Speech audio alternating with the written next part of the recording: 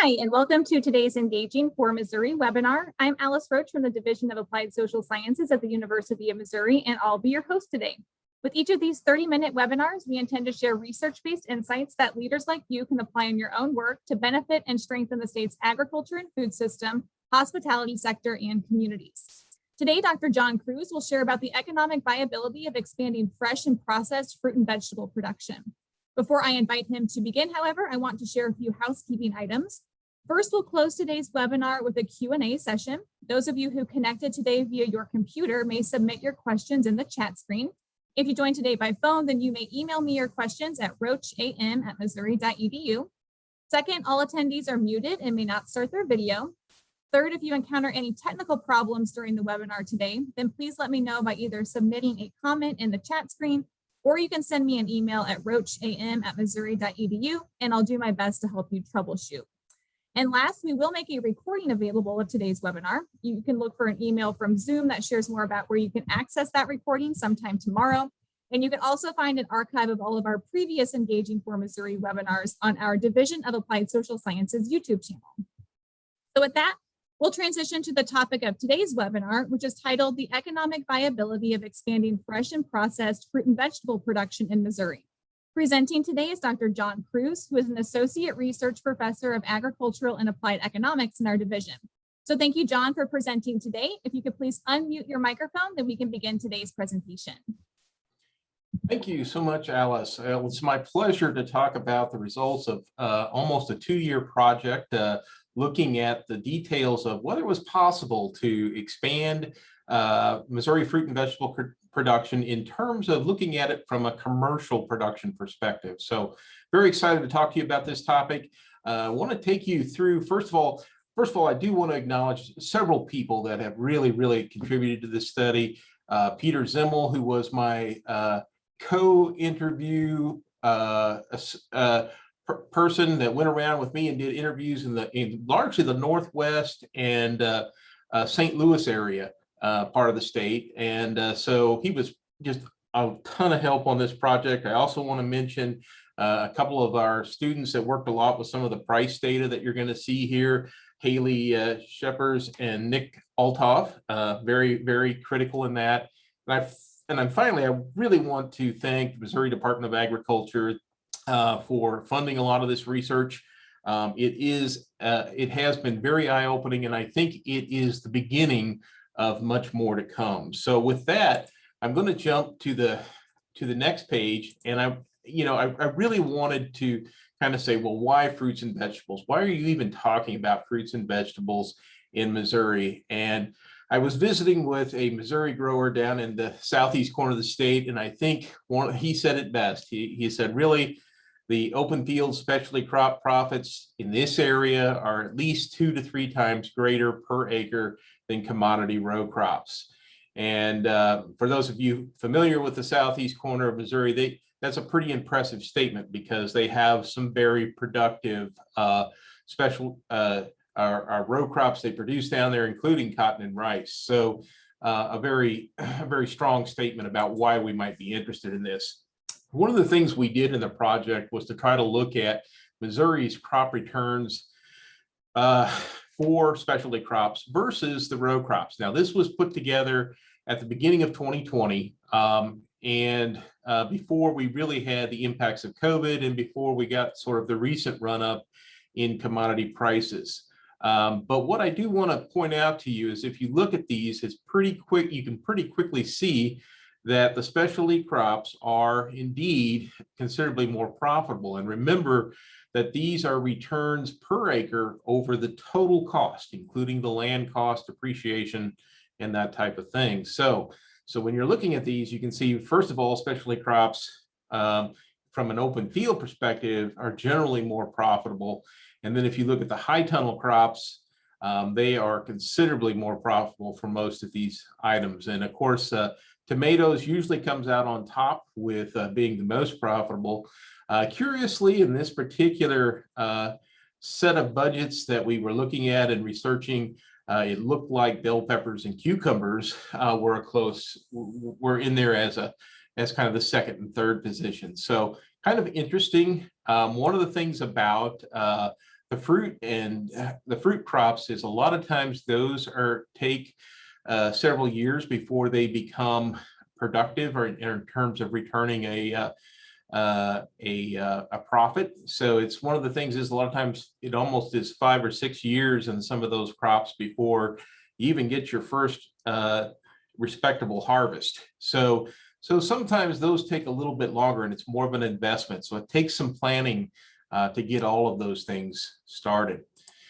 Well, one of the things I wanted to look at was, well, what does the real data tell us about, or I say real, but actual data that the NASS folks pull together. They go out and do a fruit and vegetable survey through the census every 5 years and around the state. And of course, one of the problems is always participants. Not everyone fills out that survey, and it really does help give us a benchmark for what's happening in the state. It also draws resources or attention to the industry. So it's really important for folks to participate in that. But having said that, one of the things I wanted to point out, and you can see the box over there on the right in 2017, you can see particularly look at vegetable and melon farming. This is going to be receipts, our net cash income as a percentage of total receipts. And you can see, 38%, 40% on greenhouse, nursery, and floriculture. Very strong, profitable crops. You can see the oilseed grain and rice farming at 31% above that. And one of the things that I also noticed when I was looking at the data is, of course, it can be influenced by how much investment is also occurring in the crop. So some of the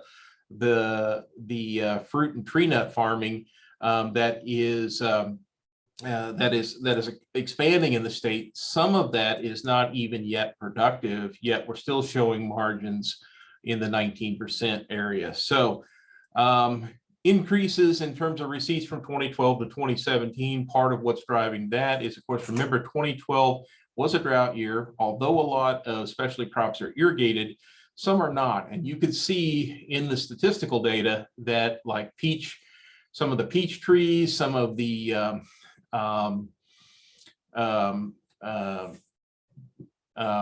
other yields were affected by the drought, even though our grape yields as well, not quite as high in 2012. And so part of that may be simply because of some of the anomalies that happened in 2012. But it is exciting to see that level of profitability. And one of the things that I would make sure I mention in this is that profitability level also makes this perhaps an opportunity for beginning farmers, because you don't have to have as much capital investment to get involved in fruit and vegetable production and our tree nut production, but you can still see the profitability levels are good, and it captures what you may have if you're just starting out, is you may have more labor than capital, and it's going to use a lot of that labor. So that is one of the things about fruit and vegetable production.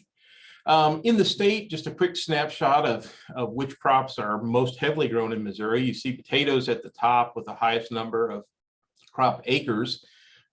We have essentially, a lot of those are captured in 2 large farms down in the southeast corner of Missouri with about 3,000 acres each. And so it has been a very big crop for us. Watermelons, we are starting to see, you can see kind of the trend over time. We've been losing a little bit of watermelon area. I talked to some of the watermelon growers, and most of these are focused again in the southeast corner, but some of the watermelon growers were indicating to me that they had some issues with some problems with herbicide drift and some of that type of thing that was kind of discouraging them from, or making them more careful about where they planted the watermelons and how they were protected from that particular occurrence.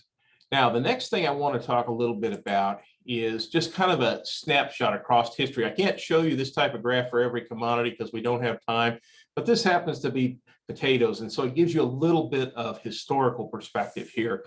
You can see a period of time where we don't have data on the graph, but generally speaking, Missouri accounts for currently around 0.5% of total production and value of potatoes grown in the United States. Of course, a lot, we talk about Idaho, Washington, Oregon, even California and Florida produce some potatoes.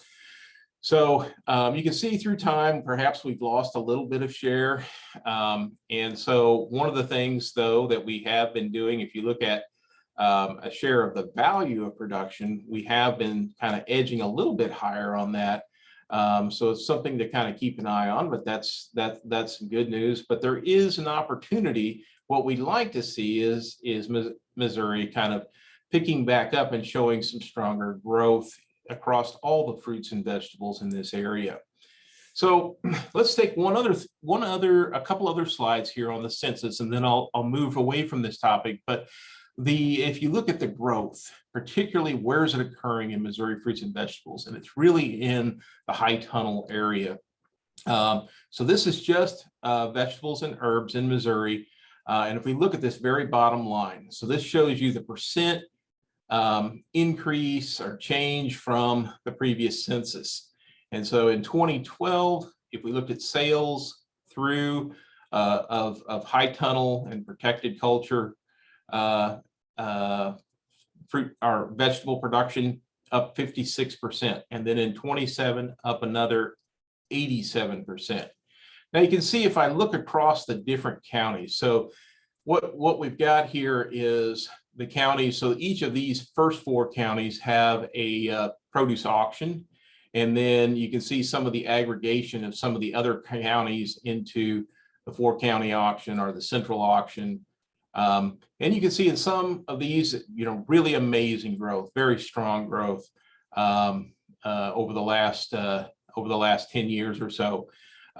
There's a few that are struggling. You can go in and talk to some of those local produce auction markets, and you can find out some of the details about what's happening in those. But one of the things that's been really amazing is overall, we're up in 2017, 87%. From the previous census. So that's a really amazing growth rate. At the same time, though, our open field vegetable farms we have not seen the same level of growth. And part of this, as I talked to producers, was their concern again about herbicide drift and some of the impacts that has had on the industry. There are, of course, other factors, but it is a big concern, and it is something that does need to be addressed as we look forward. One of the things you'll notice, of course, we were up in the 2012 census, but over the last 5 years, we've actually slipped back about 15% in 2017. So it'll be interesting to see as this unfolds over the next several years to see whether we get continued growth. And one of the other things that tends to happen is when you get higher commodity prices, there isn't as much interest in fruit and vegetable production, despite the fact that fruit and vegetable production still generally retains higher profit margins. So, as we are in this current period of higher commodity prices, if those hold out, we may not see quite as much interest in the fruit and vegetable production. But the experience with commodity prices is they're always highly volatile, and to stay at current levels is probably unlikely realistically. What about how Missouri sits relative to other states? And so there's some things here I want to mention with respect to some of the bigger producing states, California, Washington, Florida. How are we coming out? You can see in some areas, we are a little bit higher cost of production, but one of the things we do have going for us is the current consumer interest in local production. And so we do have that going for us. It does lead to some strong consumer interest.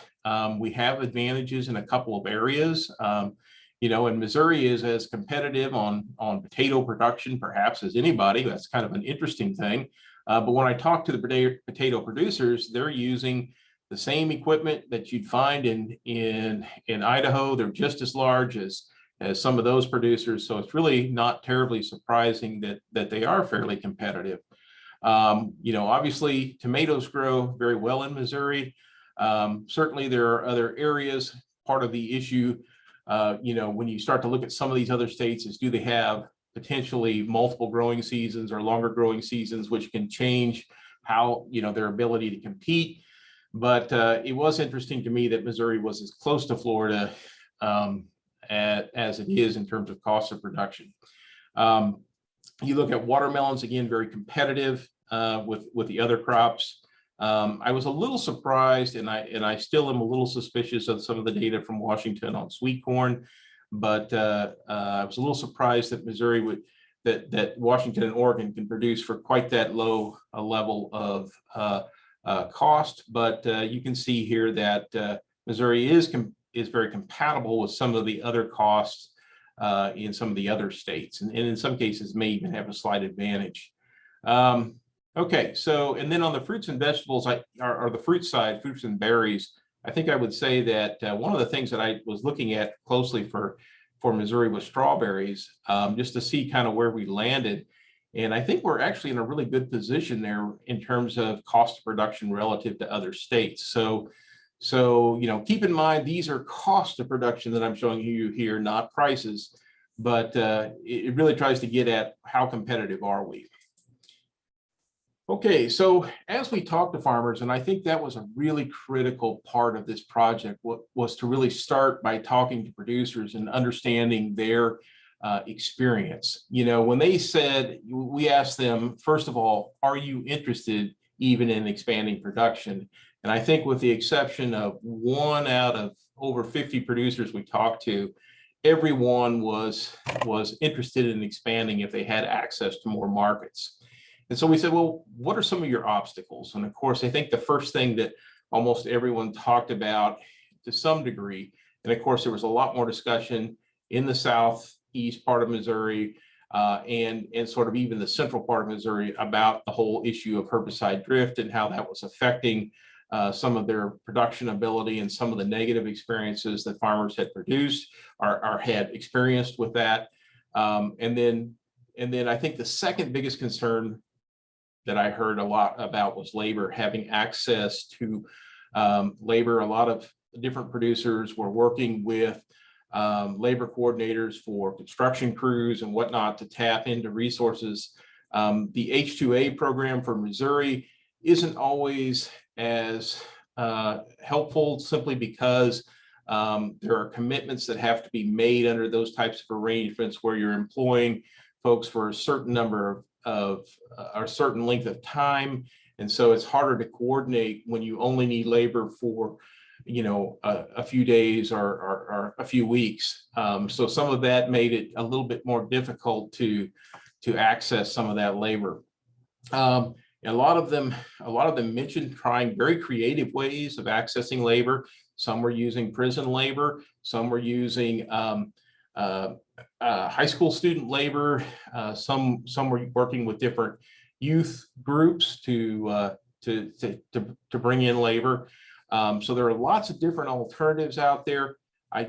A number of the growers did mention that it is helpful, very helpful, or almost critical that the labor have some experience as well, or have the skills to produce, to harvest or whatever very quickly. I think the third big thing was regulatory compliance. A lot of discussion about how much the FSMA, or the Food Safety Modernization Act, was impacting their cost of complying and trying to keep up with all the regulations. And then, of course, a lot of food companies are buyers downstream requiring GAP certification, and that becoming an increasing trend. And so accessing those higher level markets or higher volume markets requiring more compliance with different regulations. The other thing that I noticed is that for some producers, there were certain components of the supply chain that seem to be missing. One of the things is just access to cooling. So if you look at a lot of the produce markets, they most times what I saw, they did not have a cooling facility. So some of that may affect the types of produce that can be delivered there, for example. But other areas, some farmers markets do have cooling. So trying to keep in mind, what might be helpful to the industry. Cooling could be an important factor. And of course, access to transportation, getting products moved from where they're produced to ultimately, whether it's a urban area or a grocery store, that can be an issue. And then of course, a lot of times to get into those institutional markets, having access to fresh cut processing. And I'll return to that issue in just a bit. Some advice from Missouri grower interviews, just to get at, some of the feedback we got from producers who had been doing this for a while. And one of the critical things, absolutely critical for fruit and vegetable production, is to know where you're going to sell it.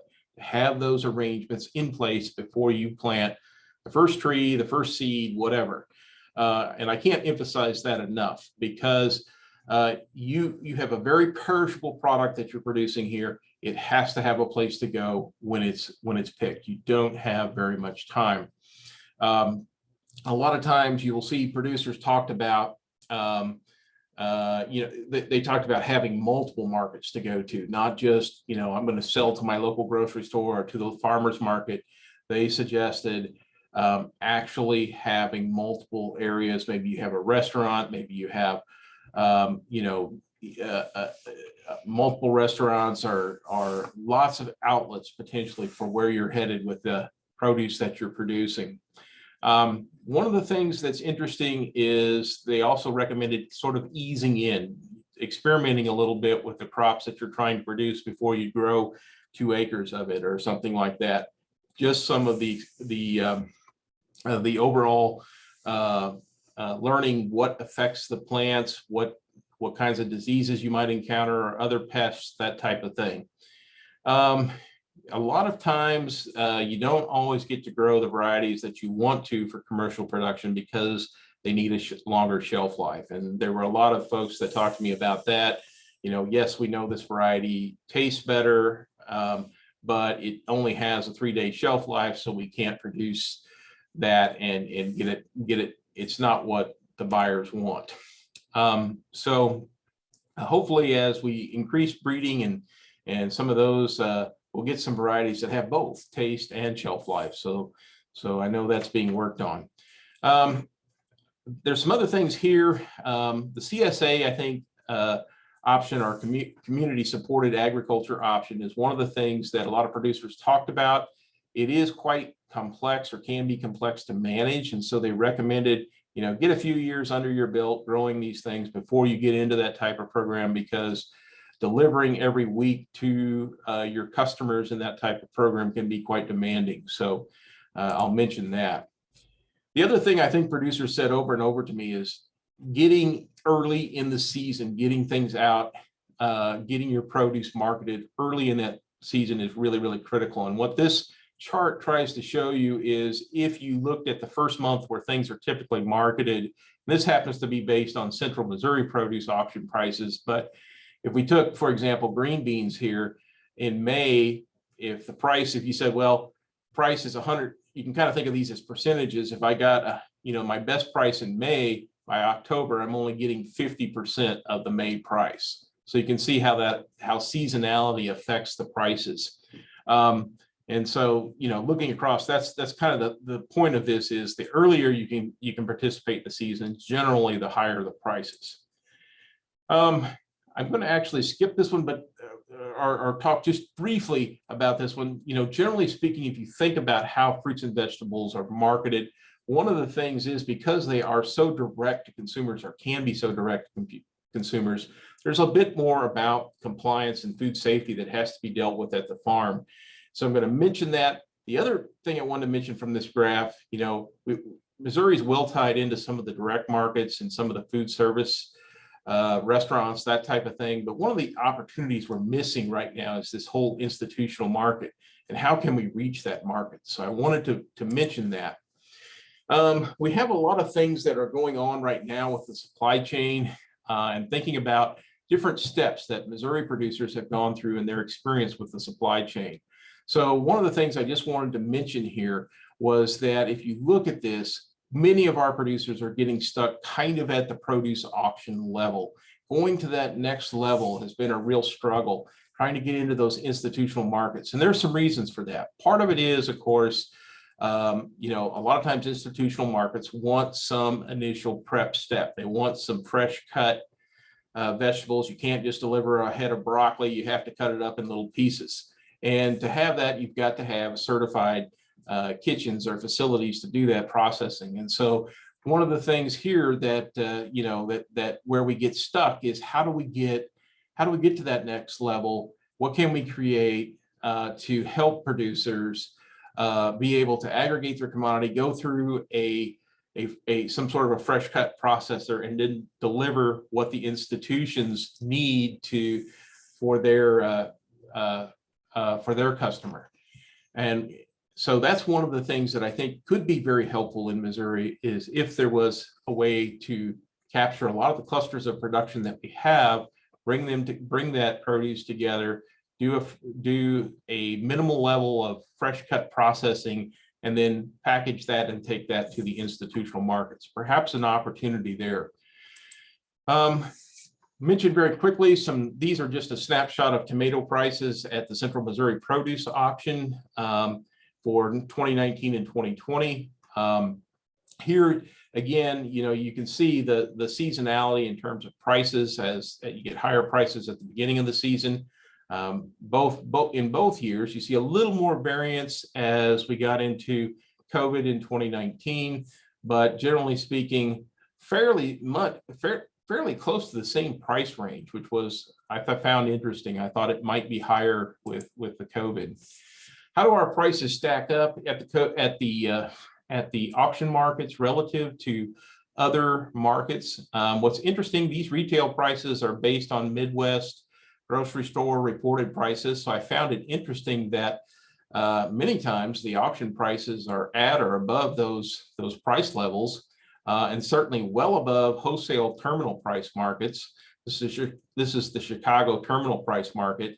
And then, of course, if you look at the U.S. average farm price, well above those levels. So overall, you know, the Missouri auction prices seem to be very, you know, very competitive. And so it's been a very good opportunity for Missouri producers. I'm going to go ahead and skip this one because we talked about it. But you know, if we look at some potential opportunities, the fresh cut facility, already mentioned that. Talking about how we could get access to those institutional markets putting some type of facility that may be pulled from a variety of different production areas across the state to get to some of these institutional markets for schools and hospitals and so forth. Healthy foods, elderberries, unique to Missouri, very good opportunity here for us. And so something that we could, that may be a great possibility for us as we look down the road. Niche markets, agritourism. I had a lot of producers talk to me about how they use their farm to do agritourism, and sometimes made as much money on the tourism part as they did on the actual sales of fruits and vegetables. So another way to enhance your income. We also want to mention that, you know, there might be some opportunities here in CAFNR's, or the College of Agriculture's Food and Beverage and Forest Product Manufacturing Initiative, here to get some sample processing or some test cases in place for looking at additional processing of fruits and vegetables. So where are some resources right now? If you look up out on the FAPRI website, you can see this big header at the beginning. You can see we've got some budgets up there. These are going to show you the individual cost and returns for each of these crops. So you can find fruits, vegetables, high tunnel crops. If you have one that's of interest that's not on here, let me know and we'll see if we can get it added, and we'll intend to update those every year or so. Then we also have the reports that came out from this particular project over the 2 years. You can get up there and look at those. There is one directed specifically at growers that gets at the specialty crop marketing, and that's really designed to help you understand different levels of market and how to participate in those. And finally, there's a general resources page that will help you with everything from other state budgets to looking at where you might source inputs from for growing fruits and vegetables, diseases, different tools out there to diagnose diseases, lots and lots of things. So with that, I'm going to stop and turn it back to Alice. Yeah, thank you, John, for sharing that presentation. And thank you to the Missouri Agricultural and Small Business Development Authority again for providing the funding for this important study. We did get quite a few questions, so we'll hang around a little longer than 10:30 so we can be sure to address those questions. John, one participant was asking about the method that you used to conduct interviews. What were the characteristics of the farms that you interviewed in terms of size and also the market channels that they use for their products? Sure. So we had kind of I won't say it's officially a random sample, but we started with the extension personnel, particularly the horticultural extension folks, but also some of the ag business management folks that knew fruit and vegetable producers in each of their respective areas around the state. So we first started with, we wanted to get a sense for commercial growers, but also small growers. So Missouri has a lot of small growers. And then we did talk to also a few large growers. And so we went out, the process was we went to the farms.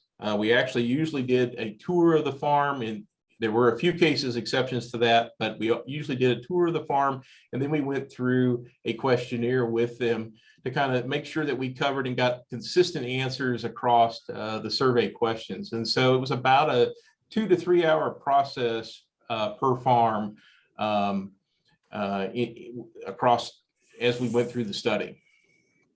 Excellent. And did you work with any of the specialty crop associations in the state, like the Vegetable Growers Association, Blueberry Council, Walnut Growers, and so forth?